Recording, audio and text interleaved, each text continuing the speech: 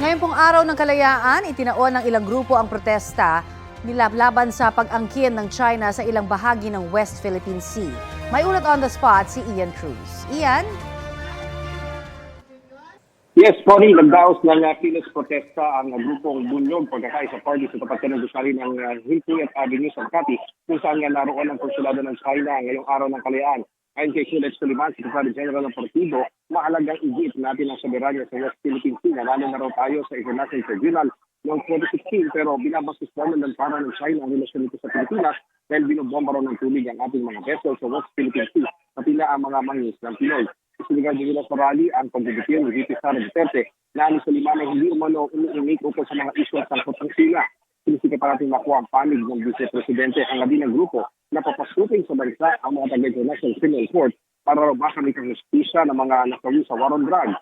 At ito nag-disperse din agad ang mga realista na bantay sarado ng Makati Police at ng mga taga-barangay BR. Samantala, may kilos protesta rin dito ang mga militanteng grupo malapit sa US Embassy sa Maynila bandang alas 10 ng umaga na magtakbuhan sa Ross Boulevard, kanto ng Calao ang mga realista. Sa tapat ng Museo ng Pambata, katabi lamang ito po ng embahada na tigil ng mga pulis ng NCRPO at ng Manila Police District ang mga realista.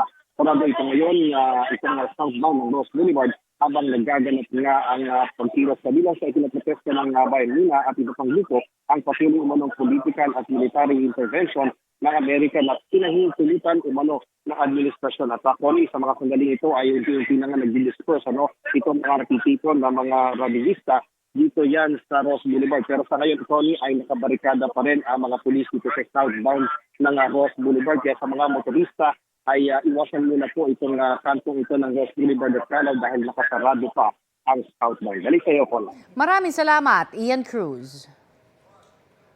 Kapuso, para sa mga maiinit na balita, mag-subscribe sa GMA Integrated News sa YouTube. Sa mga kapuso naman abroad, subaybayan nyo kami sa GMA Pinoy TV at sa www.gmanews.tv.